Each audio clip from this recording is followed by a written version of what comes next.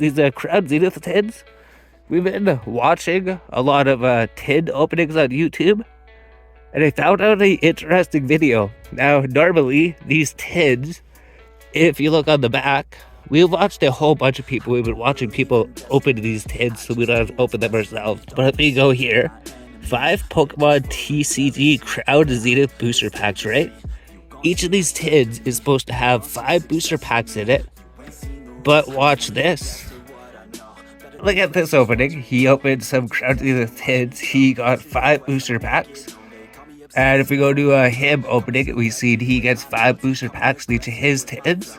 He also gets 5 booster packs in each of his tins. But this person, he just did the opening. He opened 3 tins, 1 of each bird. And he only got 4 packs in each of his tins. So Pokemon shorted him a pack. He was supposed to get 5 packs, but he just got 4 in each of them. So he shorted him 3 Crown Zenith packs. I don't know if you're ever going to see this video, right? Because this one, he only has 9 subscribers. Oh, 8 subscribers. Everybody else got 5 packs. That was the weirdest thing. I thought that was the beginning of the video, right? So something else we were going to do was we already opened 9 packs of Crown Zenith. So out of the Crown Zenith, we didn't really get anything. We just got this ultra rare, which is worth like $3. We got EV, maybe he's worth $3. He's worth like $2. And the 3 gallery cards, so like $6, $3, $3. They're not worth anything. But I guess the Crown Zenith, the pull rates, they're actually pretty good.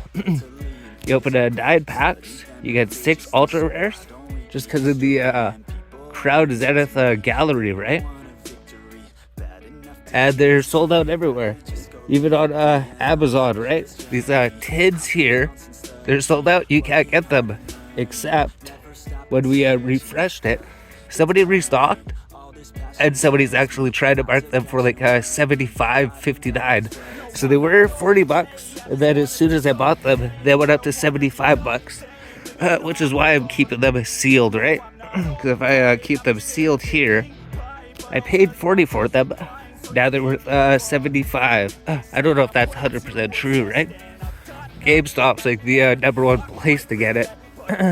So we did manage to get 8 of them, and we'll tell you how we got them. And we'll tell you about the stores that we got them from. So we did go to a local game store, and they were only allocated 2 of them, right? So we're going to the local game stores in the local area, and we're checking to see who got Crown Zenith, how much did they get. And the first game store we went, they only got 2 tins allocated to them. That was it. So since we're going there to trade other things, we had to actually pick up a booster box from the local game store. And we also bought 1 tin from them. So we left 1 tin for somebody else, so we didn't take everything. We didn't just go to the game store and be like, oh, you got 2 tins allocated, do you give us both of them? We just took 1 of them, right? We're not a scalper, or we're not trying to steal all the Pokemon from everybody. So that was the first game store we went to. We got this tin and this booster box. So we got 1 tin secured. And then we left the other one there. And then the second game store, EB Games. We went to EB Games, actually. Went to EB Games because we reserved 3 tins. And we're actually able to get 4 tins at EB Games. But when we went there, the tins had not arrived yet. They were still being shipped. But on the shelf, we see that they had 2 Crown Zenith Elite Trainer boxes. And the reason that we picked these up is because they're $69.29 each, right? So like 69, pretty much like $70. On Amazon, they're like $80. So pretty much we see those. We don't have any Crown Zenith Elite Trainer boxes. So by seeing them at EB Games and then picking them up, we saved $10 on each box. So there we go. We actually have some Crown Zenith Elite Trainer boxes. We're looking everywhere. We went to Walmart. Walmart's the worst place to shop at. I don't think we're going there again, because the first time and the second time we couldn't ever buy any Pokemon cards. Because what Walmart does is they have all their Pokemon products behind a glass door that's locked. at the far corner of the Walmart store, and nobody has the key to get into it. So we had to go ask somebody. Went to the electronics department that was next door. Like, how do we get to the Pokemon cards that are locked behind the glass? And she's like, oh, I don't have the key. I'll send somebody who has the key over there to help you open them to get your Pokemon cards. And then we went back and we waited there like 10 minutes and nobody came with the key. And then we asked a couple of people that were around, like, how do we get to the Pokemon cards? And nobody knew. Nobody had the key to get to the Pokemon cards. So we pretty much just wasted like 30 minutes or something. We just wasted like 30 minutes at Walmart trying to get Pokemon cards, but you can't get Pokemon cards at Walmart because it's locked behind the glass case and nobody has the key to open it. There we go.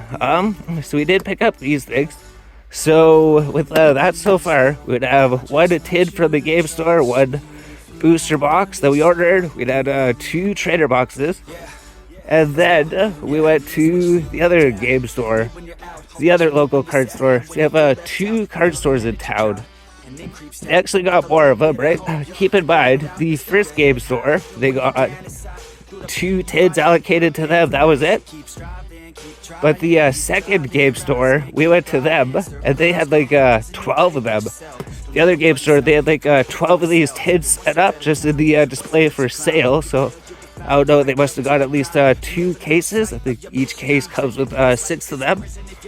So we went to the other game store. They had like 12 for sale. I wonder if they even had more in the back.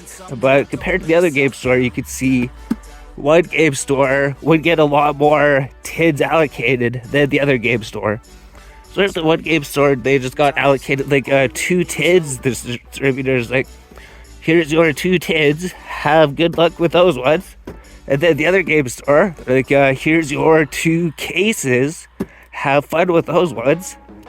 So it's crazy. You have to work your way up. You start with 2 tins, and then you have to work your way up to 2 cases. So then from that second game store, we see that they had like 12 of them. Like, we don't want to take them from everybody. We don't want to be a scalper that just comes to steal all the Pokemon cards. So we're like, well, you guys have 12 of them. We did want to collect them and keep them sealed at the moment. So we got one of each artwork from that second card store. So we're able to get 1 tin from the first game store, and then the second game store, we got an extra 3 tins. So we got 1 Zapdos, 1 Arcuno, 1 Moltres. And then the final pickup was at EB Games, right? EB Games has everything that you need trading card related. But you can still find them at your local game store if they do give you something. I imagine that EB Games got like 100 cases allocated to them or something, because they just had a whole bunch of them. So what we did was we reserved 3 tins from EB Games, and they held true to their order and they gave us the 3 tins, as well as when we got there, like we pre-ordered 3 tins just to make sure that we could at least get 3 tins, and then we asked if we could get a 4th tin, and the EB Games employee said, sure, you can pick up a 4th tin. So we have 3 to keep sealed, and then we have 1 to open. So that was amazing. Just at EB Games, we got another 4 of them. And then I think I'm going to keep these ones sealed, right? I was sitting there thinking about it. I could open 1 of them. I could open 2 of them to see what's inside. See if I get any of those crazy $100 cards or not, or even something worth like 40 or $60. That'd be good. But I think I've opened enough Pokemon for now. We opened like 9 Crown Zenith packs. We see that you get 3 Ultra Rares, and then you get 3 Gallery cards. So I think like per box, you might see like 2 Ultra Rares, 2 Gallery cards. Or like 2 Ultra, 1 Gallery. Maybe like 1 Ultra, 2 Gallery. I think you would see something. I think we've been watching box openings. We can watch people on YouTube open them. And then I think that's good enough for us. Because we did open up all these packs too. We opened up like 15 of them. And the most expensive card that we got was just a $5 Ultra Rare. That's it. Out of these 15 packs, we just got like $10 valuable cards. That's it. Whereas the Pokemon Go thing, that was actually amazing. We opened that 1 Dragon and V-Star box, which just had 9 booster packs in it. Then we pulled 2 secret rares, 2 the best secret rares of the set. as well as the promo cards, and you get a foil every pack. So the Pokemon Go opening was actually a lot of fun, but the other stuff wasn't, because we spent like $105, and then we just got like $20 back in cards, so we lost 85 bucks. But with the Pokemon Go, I guess we profited a little bit. And then the Crown Zenith, I think we spent like $65, and then we just got like $20 here in cards. That's it. So maybe like 30. So maybe we lost like 35 opening Crown Zenith. And then Magic, I think that we're pretty close to breaking even. I think when we price these cards, we price them wrong. We priced them at 15, but it's actually worth 25 here. So with this one's actually worth 11. So we devalued the price of these by quite a bit, which means Magic, we might open some more Magic again, especially if there's more value in Magic. I wonder if this is worth more than 3. Maybe this is actually worth more. Maybe that price is pretty accurate. But we only got like one mythic in like 18 packs or something, 17 packs. So I imagine in here would be more mythics than we would find in average, since we opened 15 packs to get one mythic rare when it's supposed to be 1 in 8. So if you open these, it might be a mythic rare like 1 in every 5. And then we had one more thing before we end the video, right? So we're gonna keep these sealed, and there's a reason, because we found our old booster packs, then we remembered something. So in front of us, we have some Pokemon XY evolutions, right? So while my game store was open, I could order Pokemon XY evolutions. Nobody wanted it. I even ordered some evolutions box. And then I opened 2 boxes to get the singles. And I sold my 2 Charizards, actually, which I probably should have kept those ones. But these cards are not anywhere near the value of the booster packs. Nowhere near, right? Because when you open up an Evolutions booster pack, you can even get rares. You get the rare Dugong, the rare Beedrill, the rare Farfetch'd, the rare Arcanine, Raticate, and there's other ones. So all these are rares. 6 years later, worth like 25 cents each. You go to face-to-face games, buy any of these ones for 25 cents, and a booster pack costs 30 bucks, right? And same with these holo rares. Even if you pull a holo rare, these holo rares pretty much worth between $2 to $4 each. It's like the Raichu, Ninetales, Nidoking, Magneton, Zapdos, Gyarados. All those foils are pretty much between like $2 to $4. That's it. And then you might get the Mega Blastoise. I think he's still like 15 bucks. I think Charizard's maybe 15. Maybe he's 20. We didn't look him up. I think Mega Charizard's actually worth like $30. And there is like a $80 secret rare. So there's a couple cards. But pretty much one Evolutions booster pack nowadays costs $30. Which you would have to pretty much pull this card or any of the base set Charizards or that secret rare to even make the value of the pack. So another thing, you also get all these bulk here. So the point of this was, Evolutions, it came out, we had a whole bunch of booster packs, we opened them, we kept all these singles, and these singles, they pretty much just stayed the same value. The value hasn't really changed, maybe it's gone down since then. We kept all these singles, the value has gone down on all of them, or it kept the same. But if we would have kept these sealed, the value of the booster packs would have gone up $4 a pack, up to $30 a pack. So the value increased a lot more in the sealed packs than opening the singles, then storing all these singles for 6 years to bring them out later to see if the price has went up. So then pretty much the value of all these, I guess if you count the 2 Charizards like $70 each, maybe I would add another $140 if we would have kept them. So we'll add those to the value too even, right? So over here, maybe we have like $150 worth of cards. And if we have the 2 Charizards, maybe it'd be like $300 worth of cards that we have here. And if we look, yeah, booster box cost $1,300.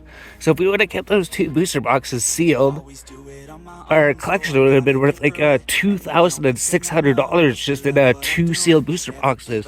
But because we opened the sealed booster boxes, our collections may be worth between like $150 and $300. Maybe like $200 or something. So that's like a $2,400 loss that you could have done just by keeping your pack sealed that you opened back then. Which was what we're going to do with Crown Zenith, right? We're not going to make the same mistake. We're not going to open Crown Zenith and then store the singles and then hope that the singles go up in value. We're going to store the sealed stuff and then see if the sealed stuff goes in value. Because I imagine, like, all these things, like, even if we did pull a crazy $30, $40 rare or something, or one of those $100 ones, I'm pretty sure the value of singles would not compare to the value of the sealed product like 5 years down the road. So I think we're learning that, right? Even this Pokemon Go thing, right? Even though we got a God box and then we got like $60 or $70 worth just in these two cards here, I think in like 5 years, the value of these two secret rares would probably be nothing in value compared to a sealed box of Pokemon Go you pulled the booster boxes from. So I think we're going to try something different. Instead of holding singles and then storing those, we're switching to sealed products. So then what I've pretty much been doing is I just have my like pricing gun here so I can price on my card. And then I'll go through them, see if there's anything worth the value, and then maybe look it up and then price it up. So we have these sorting trays here. We have 3 of them. So we go through, see what it's worth about, put the price on here, and then eventually see what the value of the collection is, right?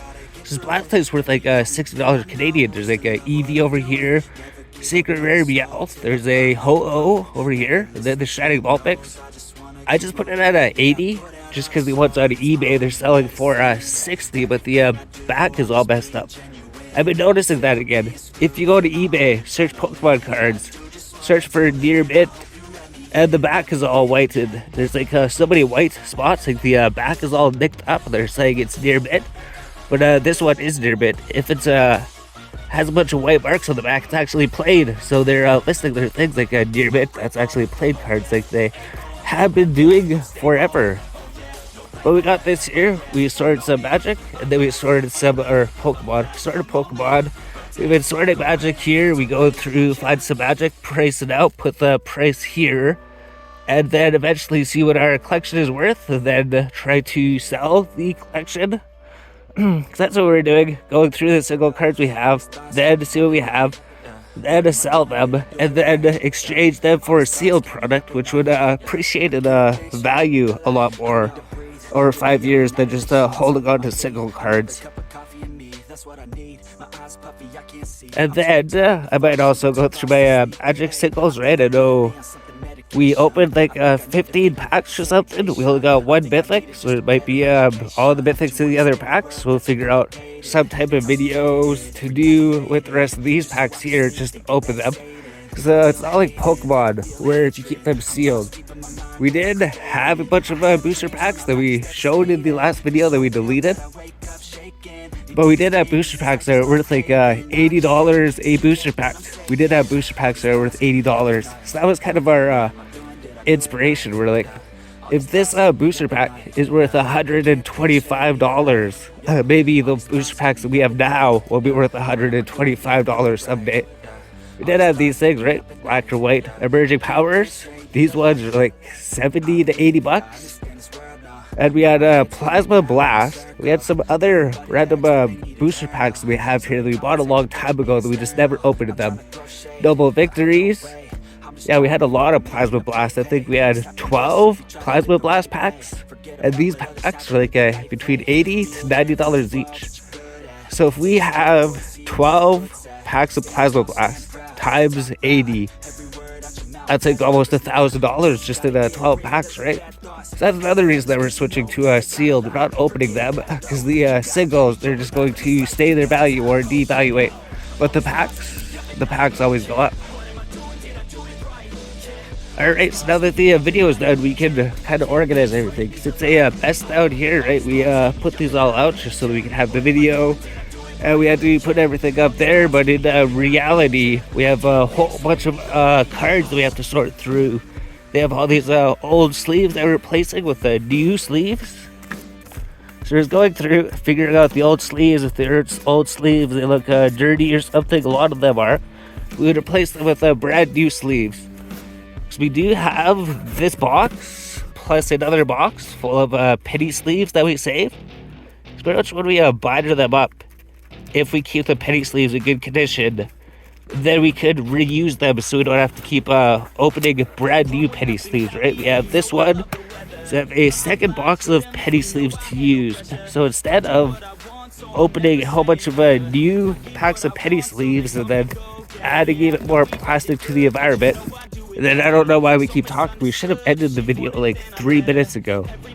So we'll end it. I guess there's nothing more to talk about.